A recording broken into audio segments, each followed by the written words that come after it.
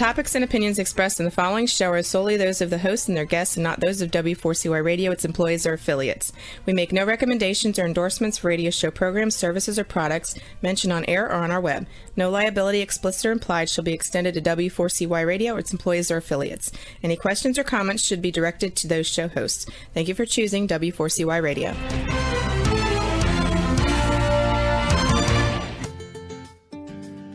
Are you ready for Insights to Incite? Ready or not, it's showtime. Now get ready to listen in and watch right here on W4CY Radio and Talk4 TV. Join us and together we will escape the mundane. Insights to Incite, here is your host, Brandon Lawson. The essence of positioning is sacrifice. You must be willing to give up something in order to establish that unique position. Al Rice. The essence, if you put yourself in a position where you have to stretch outside your comfort zone, then you are forced to expand your consciousness. Les Brown. Today is Thursday, June 30th, 2022, and this is your host, Brandon Lawson. Today I have on as my guest today is Dean Piper. Dean, as I mentioned last week, is the owner of Talk4 Media that owns various radio stations and digital media stuff. And I'll allow Dean to tell us more about himself. So, Dean, fill us in. Well, how are you, Brandon? And so, yes, I own Talk4 Media. We're home to multiple internet radio stations, streaming TV station that you're watching right now and listening to right now, and a podcasting network. I myself also have my own show on the network and travel for the network. And in fact, I'm in between travels right now doing press coverage for music festivals, events, and such. I do also want to add that I love that you had a Les Brown quote up there. First of all, as a speaker myself as well, and I have shared the stage with Les Brown multiple times. He is one of the most genuine, great speakers that there is out there. I've shared the stage with a lot of them. A lot of them are my mentors, and I just love him to death. So it made me very happy that you had a slide of Les Brown. Thank you. Yeah, and what's unique is here, I know you're down in Florida and I'm in Ohio, and at one time he was a state representative for Ohio. And he lives down in Miami. Does he? Okay. Yeah. So there you go. Right. And he also has a daughter, Ona Brown, that speaks as well. That's very good as well. Okay. Yeah, I wasn't familiar with him.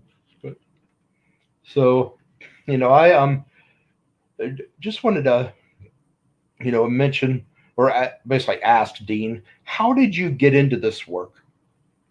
Well, I used to be in the investment business. And in that business, it was pretty popular long ago, before we had technology that we do now, for investment people, financial planners, to do radio shows in order to give people information not only about financial investments, insurance, and all kinds of assets, but also to gather clients to manage their assets. So from there, as I said, I'm also a speaker and I'm a published author. I have a book called Who Said Life Doesn't Come with an Owner's Manual. So I used to use the radio as well to promote my book, to promote my seminars, and more importantly, to promote an empowering message that can really help people out there. In turn, we started to see technology to grow and the beginning of what was internet radio, what was also podcasting before podcasting was even a word. And what I saw was typical of a lot of industries when they first start out, even the .coms when they first start out. You have a bunch of people in the space, most of which are not doing it professionally, but I also saw the vision of where radio and media and TV was all going to go. And at that time, I was telling people you're going to see stuff like we're looking at right now and listening to right now on your phones, in your cars, and all these different areas when we didn't even have smartphones at the time. So people thought I was nuts, because, you didn't have apps, you didn't have smartphones, you had these flip phones, and that was basically it. So people couldn't even conceive the idea of how media would be today. And they certainly couldn't conceive of something called podcasting. But then, and now, we have seen where it has become the buzzword. But I also saw back then that if you were going to do things like internet streaming and podcasting, that you still had to do it professionally, like a terrestrial AM/FM station did, with professional studios, state-of-the-art equipment, professional engineers, doing it the right way, not the way that people were thinking, oh, we're not going to need that anymore. We can just do it DIY. And, the problem with that is sound quality is terrible. Video quality is terrible. You can tell that it's just like more of a hobby than a profession. So that's where I started the Talk 4 Media Network. We started first with one radio station, the one we're on right now, W4CY Radio. This was the first one and is the biggest one of the network. And we were doing things then that nobody was doing, and people are doing now. And even terrestrial AM/FM stations were like, wow, you do it just like us. Because a lot of times people made fun of internet radio stations then because they weren't doing it professionally. And there we go. Here we are today. Yeah, indeed. And as what I've heard, there is sort of a what you did that sort of opened the door. But was there any person? Was there a who that sort of helped you position yourself to get that first initial foot in the door? It was me. Like I said, for many years, I was on the other side of the fence. I was the host of radio shows, so I knew how that side worked. But I also knew as a host what I didn't like on the other side. So when I decided to start my network, I did it from a host perspective. There were certain things that went on that were more beneficial to the radio station than the host and its listeners. So I decided to take the opposite route. Create something that was beneficial for the host, beneficial for the listeners, so that my mission basically was to create a community of a positive message throughout the world so we could unite and empower people to a better life. Okay. I like that. I mean, that last line and what you said earlier about wanted to put positive message. And I enjoy that. I mean, when I give the messages I give, sometimes I bring out some things that are sort of dark, but it's not to just leave it at that. It's to highlight it and as a point of why we need to do something, because I'm more so definitely want to shed a positive light. I'm not out to just make complete darkness, but there is so much dark in our world that we need that light to really magnify and go out. And the one thing I do know, as well as and I mean, it's even said in the scripture about, the darkness, light shines best in the darkness where you have that contrast. So that's where it really stands out. Well, and without darkness, there is no light. You need exactly, because everything is.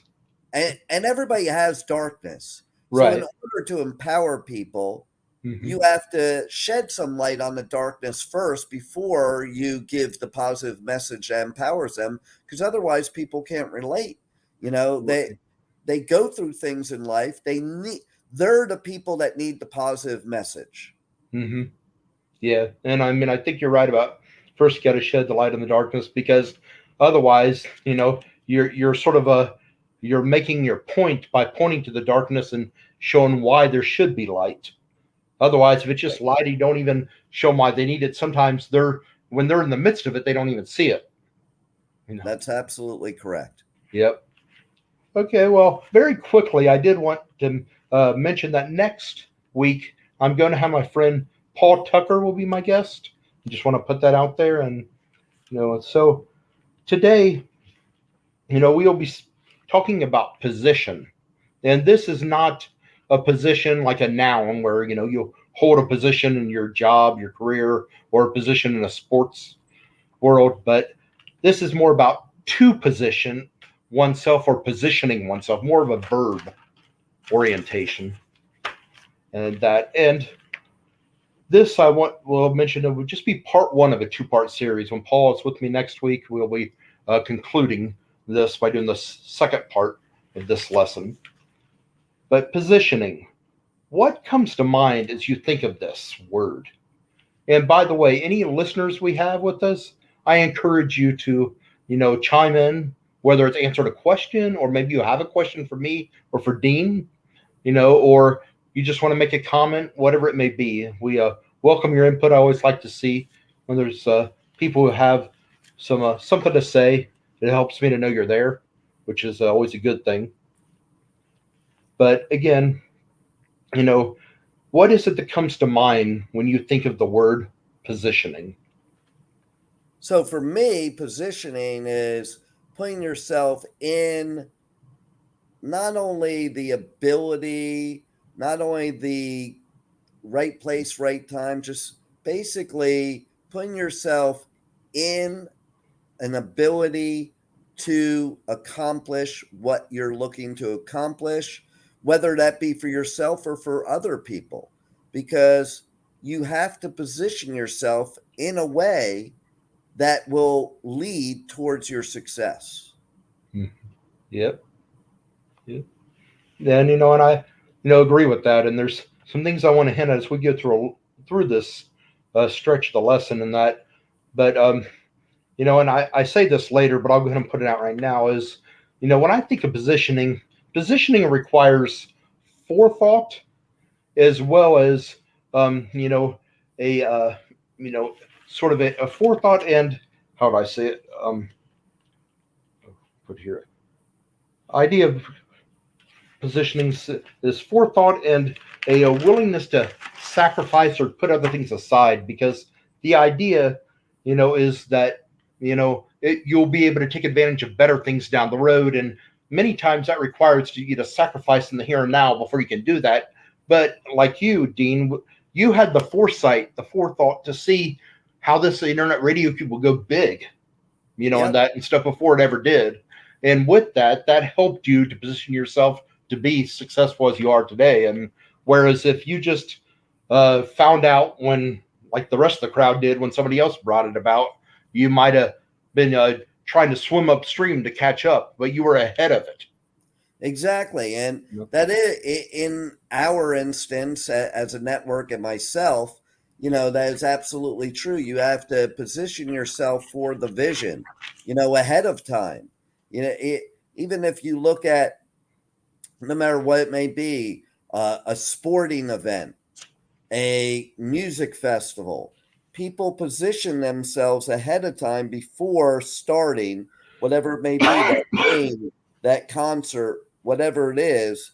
Because if you wait till the last minute, negative things can happen that may affect you. You have to position yourself in the right way. Not only that, I think you have to position your mindset for success, and putting yourself in a certain headspace to be able to accomplish that. The other thing is positioning yourself with the right people, surrounding yourself with the people that not only share your vision, but are going to help you on the journey to complete your vision.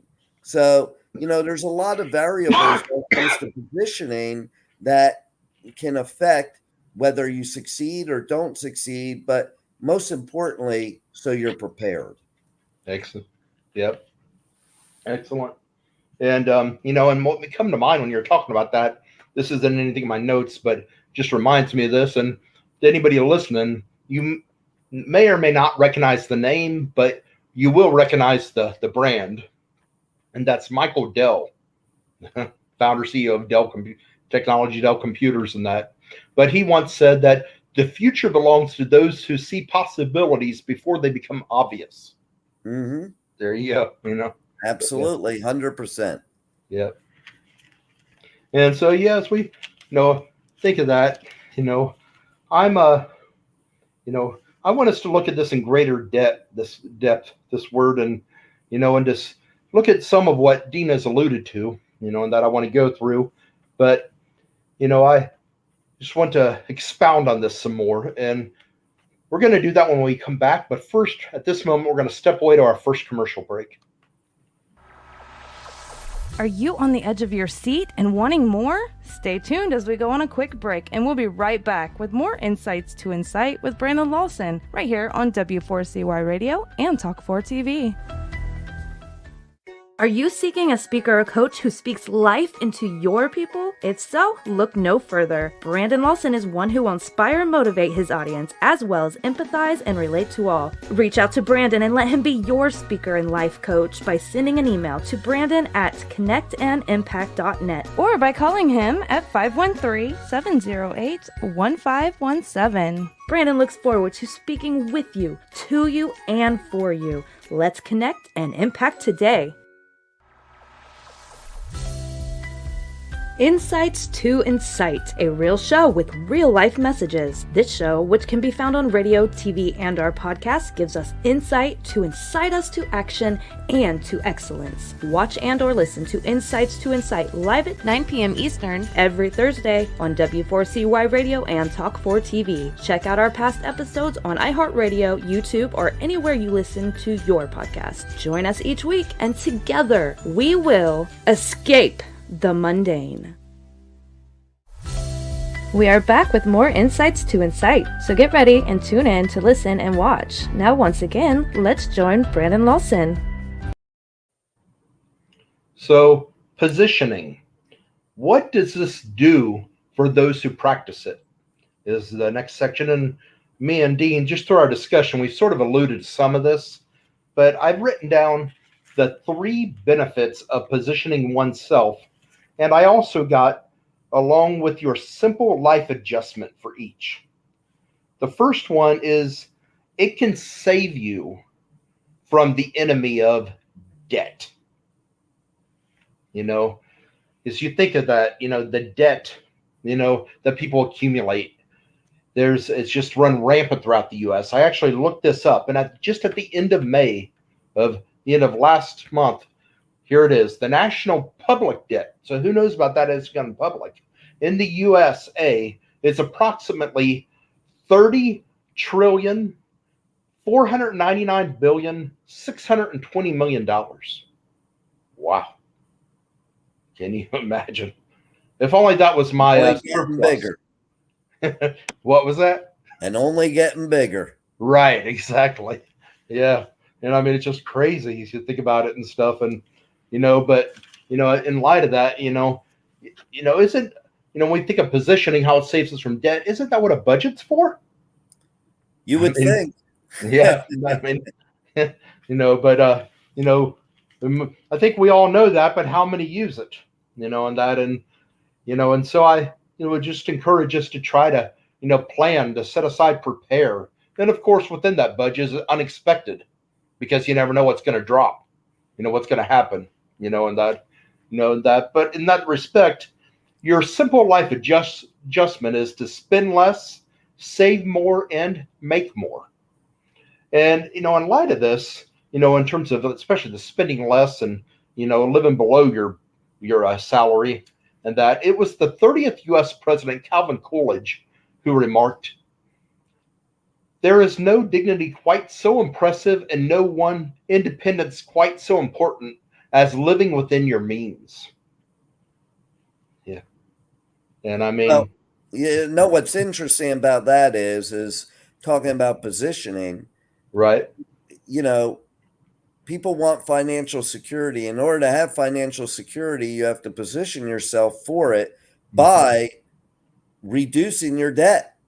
Right. And it's even more important to reduce debt than to increase assets, because, with that debt, the assets are not going to mean much. You really need to have very little debt in order to have a positive asset flow.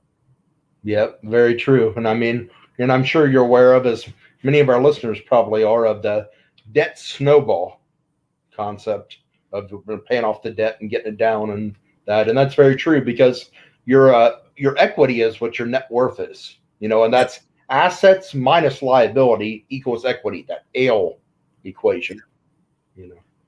And if you have liability, a bunch of debt, that you may have a lot of assets, but your liability might be just as much, or even if it's a little less, it won't leave much of a surplus. Well, one thing I always notice as a former financial planner is that, people always look at people that either have a lot of things or make a lot of money or do a lot of traveling or what have you. And they always assume that they're financially secure. They assume that they're rich, but maybe they're living well beyond their means. And it's all just a show. So you got to really look at it like all those things are great. But if you're creating debt and using, let's say, even credit cards to make that happen, well, of course, you're getting to do these things, but it's not based in reality of your financial situation and will eventually catch up to you, which is why bankruptcy numbers are so high in this country. Right, exactly. And on the flip side of that, you learn in sales that, don't let someone's outfit, cause you to believe they don't have much money. Because some people might dress like a pauper and they're loaded. I have a great story for that, by the way. Okay. All right. Because I've been in sales since I'm 11 years old. And one of my first experiences in sales, my father, he owned a spa store, like hot tubs and jacuzzis. Jacuzzi's just a brand name of a spa, just like Kleenex is to tissue, but people think they're called jacuzzis. Right. And hot tubs are a particular type of spa. So somebody in the biz like me would call it a spa, but most people think of spas, they may think of like a massage or whatever, but it's the actual hot tubs. And so this guy drives up. He was looked like a farmer, had overalls on. He was all dirty, had a beat up pickup truck, all rusty. And so all the, adult salespeople, I was, my father's kid that was put out on the sales floor. They laughed and they're like, "Okay, you're up, kid." They were giving me the up because they thought that this person was not a sale. Okay. And because I was young and naive, I didn't have enough experience to prejudge this person. Salespeople tend to prejudge the person walking in the door. And that's about the dumbest thing you could do because, like you said, to your point, you never know who you're talking to. And for being in the investment business, my biggest clients that had the most money were people that were farmers and stuff like that never looked like that. People that have real money never look like they have money. People confuse status with wealth. Somebody that has wealth doesn't need to show it off and usually doesn't want to because then they attract the people that want to leech off of them. But the people that don't have wealth, they want to make everybody think they have wealth. So they show a lot of status. And so I pitched my heart out to this guy. Okay, because I didn't know any better. Right. And I pitched him our most expensive package, which was $10,000. And this is back in the early 80s. So it was a substantial amount of money compared to now. And so he goes, "Okay, I'll be back." And then after he leaves, all the other salesperson, they all laugh at me. They're like, "Hey, he'll never return." No, they're like, "Yeah, kid, the be back bus don't stop here." And so a week later, this guy comes back in a Armani suit, driving a Ferrari Testarossa, and drops down 10 grand cash. That was the best sales lesson I ever got in my life from the very beginning because I never formed that habit of prejudging people. You just never know who you're dealing with. So my biggest advice to people out there is position yourself to not make assumptions that could possibly put you in a terrible position for success, and instead be open to know that you never know who you're talking to to position yourself to possibly surround yourself with the people that could bring you to success. Right. Amen to that. And so, now to the next thing that I have here that I mentioned was that the second benefit, the second of the three, is it can set you apart. And, this world is run rampant with competitors. I mean, we see this at nearly every turn, as well as every age and every level of life. I mean, no company out there desires a one and done customer. And that's true even of funeral homes and mortuaries. I mean, they would like to see that those who they held a service and a proper burial for, that their family and friends come to deal with them, But I mean, no company out there, you don't find one that says, we only want one. And so that's, what the competition's always to take away from what you have. And we can even find this among little children. I mean, you look at two siblings that are 3 and 4 years old. And, if mom's going to give one of them something, what does the other one want? Yeah.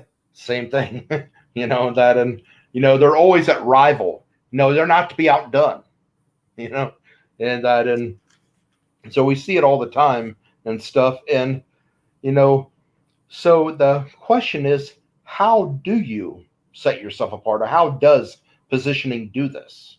And one way is, that you position yourself, positively from your peers, and competitors. You do this by what I've listed as your next SLA, your simple life adjustment. Consider and do these. What are those two things that your competitors do not do or do not have to serve your customers and excel their expectations? And maybe you don't know of a specific incident, or maybe you do, Dean, but when is something, I guess, outside of what we've already learned about you, because you sort of did this when you saw how this internet radio could go and making it sound such great quality when it sounded so shabby. I mean, is there anything else that stands out in your memory, whether it was your own life or something somebody else did that that really set them apart? I think it's a lot of things personally, and even in our own network, there's a lot of things that set us apart. Like I said before, I kind of went from the host and the listener perspective instead of the radio station perspective. So customer service is a huge thing. I remember I used to, have a radio show, and the radio station really didn't give me assistance. I was on my own sink or swim. And I really thought that was a terrible strategy because, listen, if you take people and cultivate your clients for success and position them for success, then they will stay with you, opposed to constantly having to get fresh blood. So what I found is my competitors would not position their clients for success. They would give them the opportunity, and that was about it. And in an age of today, now let's fast forward to today, when customer service is really a very non-existent thing a lot of times, because we're so technology driven that, what happens? We're on a website. You want to chat with somebody, you're really chatting with a bot. It's not even a real person. It's artificial intelligence. When you call companies, even the biggest of companies, go call Microsoft, you're going to talk to more than likely a computer, and the ability to get a human being on the phone is virtually impossible nowadays. So what sets us apart is you'll always get a human being on the phone. You'll always be able to talk to somebody. You'll always have the way I always say, it's not communication, it's proper communication. Because anything can be labeled as communication. Communicating with that bot is communication. But what is proper communication? And part of that proper communication, what sets us apart also, is knowing that every single person, whether it be the end user, the listener, or the viewer, or the host, or the guest, everybody has different needs, different desires, different ways that they do things, different ways that they communicate. So you have to really get to know the person and know what best serves them in a customer service area. So that's, again, positioning yourself for that specific person to be able to give them the proper customer service that they not only deserve, but will ensure their future success, which to me, your success equals my success. And I think a lot of companies nowadays don't really position themselves with that philosophy, you know, and that's a very, very important philosophy. Other ways in this industry, at least, to separate yourself from the competition and position yourself to stand above them is to kind of do things differently, do things professionally, as I spoke about before, but like even when it comes to search words. So if you use the search word radio, well, there's anybody that's in the radio business is going to use that. So how are you going to be found? You'll be lost in a sea of people. But when you get more specific about that, you know, then you're going to find exactly what you're looking for. And in turn, that's going to help everybody all around. So there's a variety of different answers to that question. And the key is just finding out what others are not doing and implement that, and find out what thing others are doing that maybe isn't working or not effective, and eliminate that. You know, Exactly. a perfect example is in the investment business, and this holds true for right now. You're in the stock market, there's a saying: buy it when everybody else hates it and sell it when everybody else loves it. Because if you look throughout history, and I know that one. Because you look at in history and stock market, as soon as everybody loves the market and your shoe shine guy is telling you what stocks to buy, that's when it crashes. And as soon as everybody wipes their hands and they're like, I'm never investing again, that's when it goes up. And that's how you position yourself for competitive success. Well, you know, and part of what you said is what I was going to mention about without going into great detail, because to me, each client they may have some similarities, but none of them are totally the same. So I can't say I do this specific with every, client this particular way, because what's good for this client isn't necessarily the best for this client. But one thing I do say that's sort of to summarize what I do in customizing to my people is I personally I'm in my clients. I'm invested in them because they are what keeps me afloat and keeps me going. Plus, even beyond keeping me above waters and that and keep me going where I can grow and move ahead is the relationships that come out of it are what makes it so gratifying. That's what really makes it so superb. Absolutely. And so many companies will have a cookie cutter approach. And we just don't do that because, what's good for you may not be good for the next person. So that's why I always did CPR. Yeah. You familiar with that one? I am, but you tell them. Yeah. It's where, like, I used to hold the life and health and the property and casualty license in Ohio.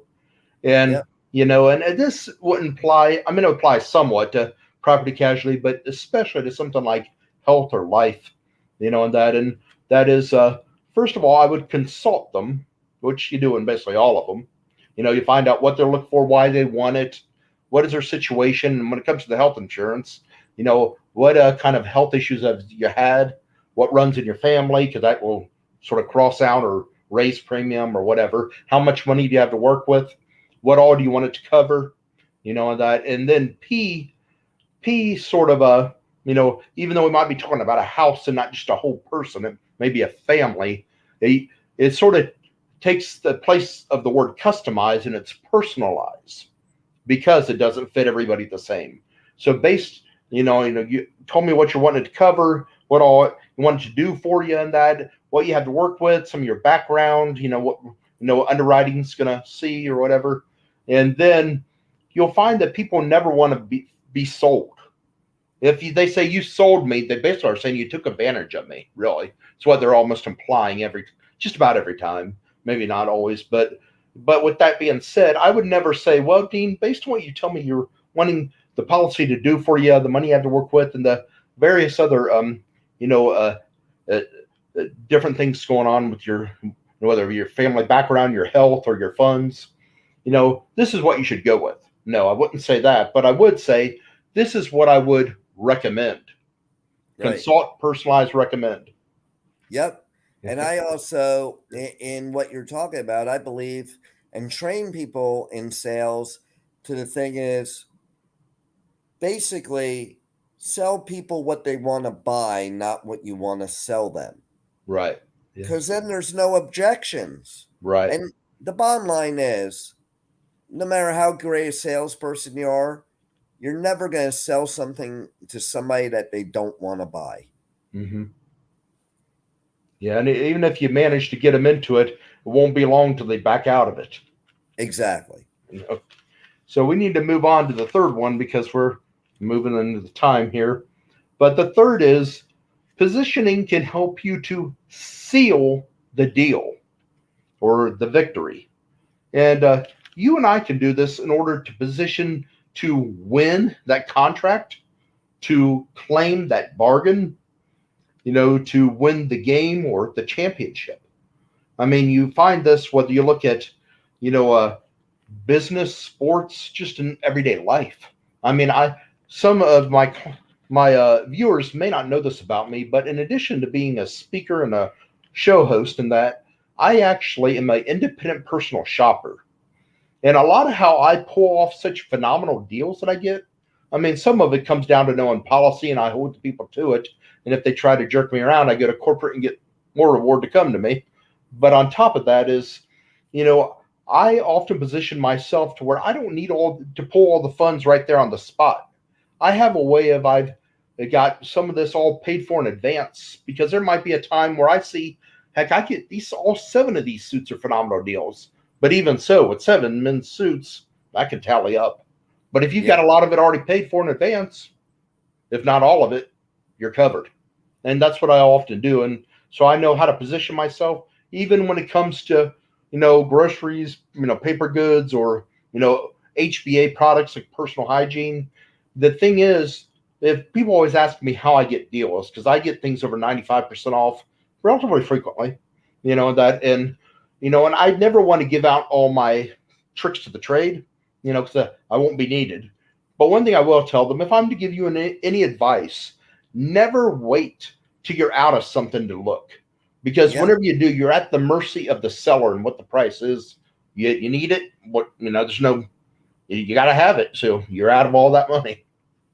That's absolutely correct. And, the first thing I thought of when you were saying this was about hockey.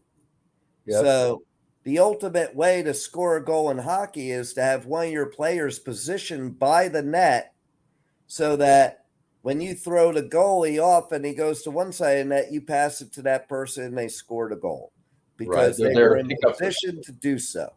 Yeah, there you go. And that's that's the thing. And as we think of this, the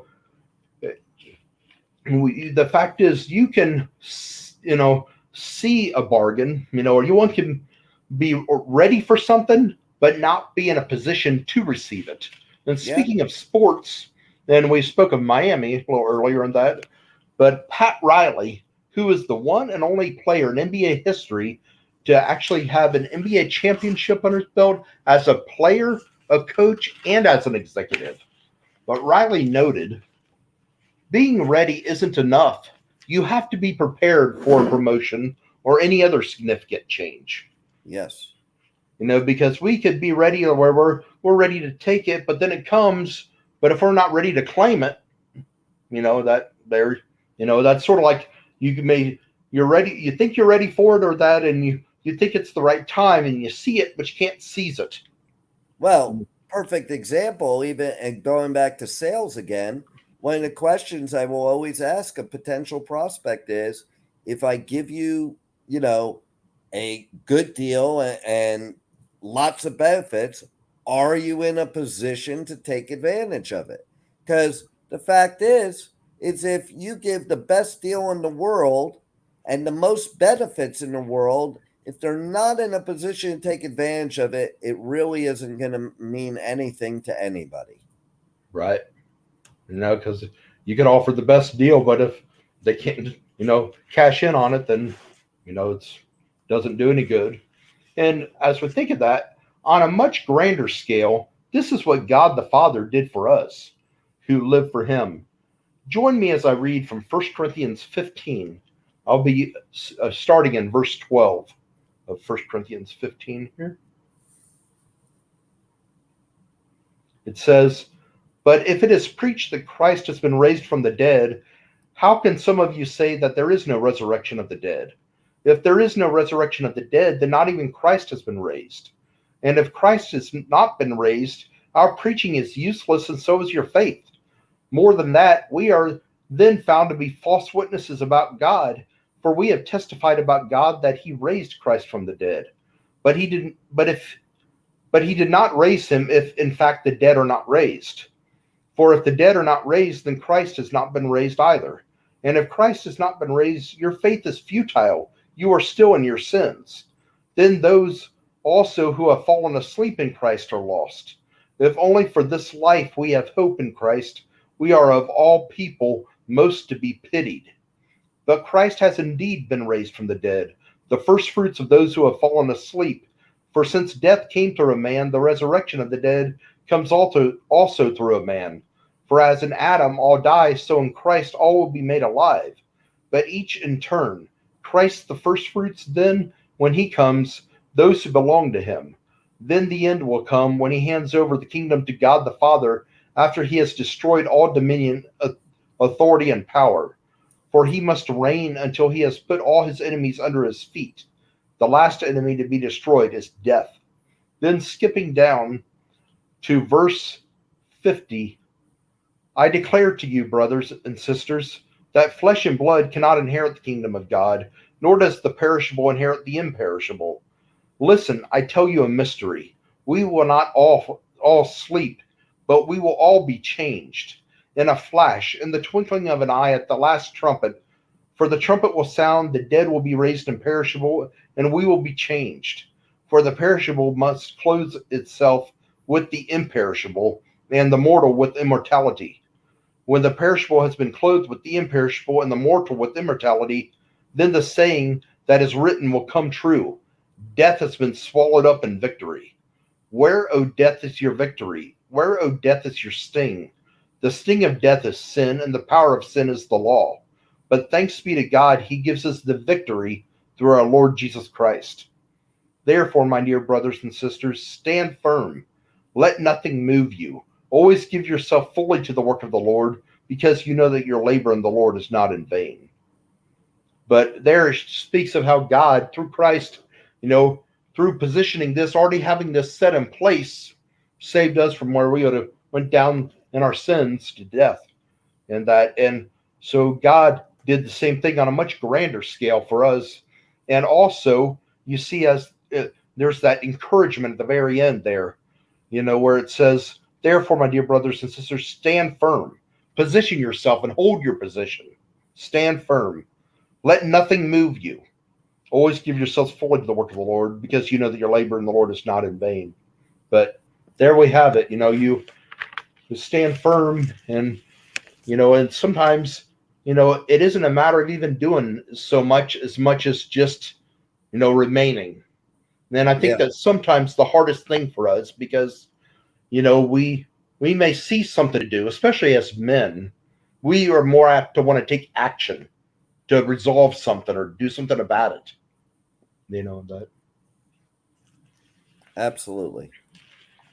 So we'll be right back. We're going to step away to our second commercial break, and we'll see it in just a few minutes. Wow, what an insightful show. Thanks for listening in and watching today. If you missed any part of today's show, wow, that was insightful. Stay tuned as we go on a quick break, and we'll be right back with more Insights to Incite right here on W4CY Radio and Talk 4 TV. Are you seeking a speaker or coach who speaks life into your people? If so, look no further. Brandon Lawson is one who will inspire and motivate his audience, as well as empathize and relate to all. Reach out to Brandon and let him be your speaker and life coach by sending an email to brandon@connectandimpact.net or by calling him at 513-708-1517. Brandon looks forward to speaking with you, to you, and for you. Let's connect and impact today. Insights to Incite, a real show with real-life messages. This show, which can be found on radio, TV, and our podcast, gives us insight to incite us to action and to excellence. Watch and or listen to Insights to Incite live at 9 p.m. Eastern every Thursday on W4CY Radio and Talk4 TV. Check out our past episodes on iHeartRadio, YouTube, or anywhere you listen to your podcast. Join us each week, and together we will escape the mundane. We are back with more Insights to Incite, so get ready and tune in to listen and watch. Now once again, let's join Brandon Lawson. I just want to highlight a couple passages that speak to the idea of positioning, and I think sometimes we can lose the fact that there is a message of positioning in this. This is in the very familiar passage of the Ten Commandments out of Exodus chapter 20. It reads in verses 1 through 5, "And God spoke all these words, saying, I am the Lord your God who brought you out of the land of Egypt, out of the house of bondage. You shall have no other gods before me. You shall not make for yourself a carved image, any likeness of anything that is in heaven above, or that is in the earth beneath, or that is in the water under the earth. You shall not bow down to them, nor serve them. For the Lord your God For I, the Lord your God, am a jealous God, visiting the iniquity of the fathers upon the children to the third and fourth generations of those who hate me." Well, that very last position, the verse there, as we think of, if you have children or grandchildren, you want to leave a legacy to them. We often think of, leaving a trust of funds to go to them or stuff, which is certainly can be helpful to them and that, but if you serve the Lord your God and you lift him, that will also pay dividends in your heritage down the line. Whereas if you flat out hate him, you see what's going to happen. He, visiting the iniquity of the fathers upon the children to the third and fourth generation of those. So, just something to be mindful of. Then as we move down to verse 12 of that same chapter, we have here, "Honor your father and your mother, that your days may be long upon the land which the Lord your God is giving you." And this same passage was reiterated in the New Testament in Ephesians chapter 6, verses 2 through 3. It reads, "Honor your father and mother, which is the first commandment with promise, that it may be well with you and you may live long on the earth." But right there is an example of positioning.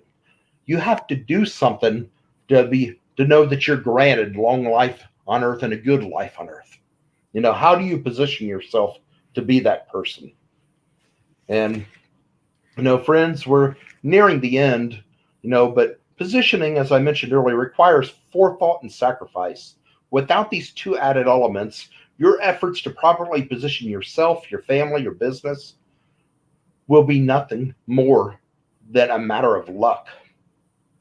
And, I just want to ask Dean, is there anything else you want to add real quick? Because I know we're on the edge of the time we need to close. Well, most importantly, they need to tune into your show every week. Thank you. The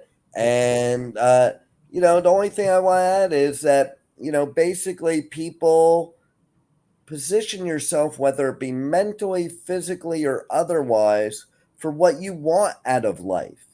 Because, even based on the law of attraction, unless you position yourself in the proper way, you will not attract the things that you want out of life. And you may attract things that you don't want.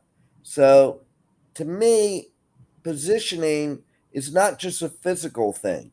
It's a mental thing. It's an emotional thing. It's everything. Right. Very well said. Yeah, I agree. Because, the physical, there's only a small part of it, the mental and emotional behind it, plays a lot also in what you do on the physical side. Yes. Yes. Well, friends, you may or may not have agreed with everything that I've said, or perhaps not everything that Dean said, and we realize that. None of us are going to find someone who always sees everything the way we do, and we recognize that you will not always see it that way, that we won't always see everything eye to eye. Nonetheless, I invite you to join me each and every week here every Thursday at 9 p.m. Eastern for another episode of Eye to Eye, Insights to Incite. And real quickly, before we go off the air, I want to close us as I read this, as we get ready to go off the air, is this message. I'm sure you've heard this poem at some point. It's quite well known by Rudyard Kipling. It's called If. And within this, as you listen to these words, you will recognize that if you are to do these things, you need to position yourself prior to, or chances of you doing it are slim to none. If you can keep your head when all about you are losing theirs and blaming it on you, if you can trust yourself when all men doubt you, but make allowance for their doubting too, if you can wait and not be tired by waiting, or being lied about, don't deal in lies, or being hated, don't give way to hating, and yet don't look too good nor talk too wise.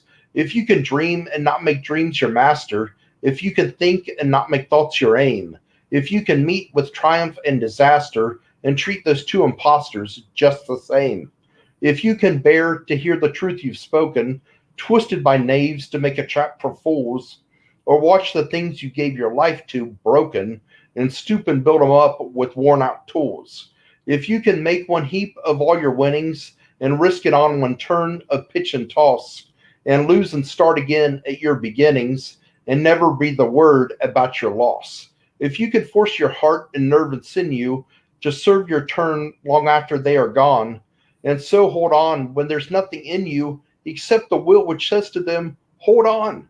If you can talk with crowds and keep your virtue, or walk with kings nor lose the common touch, if neither foes nor loving friends can hurt you, if all men count with you but none too much, if you can fill the unforgiving minute with 60 seconds worth of distance run, yours is the earth and everything that's in it, and which is more, you'll be a man, my son.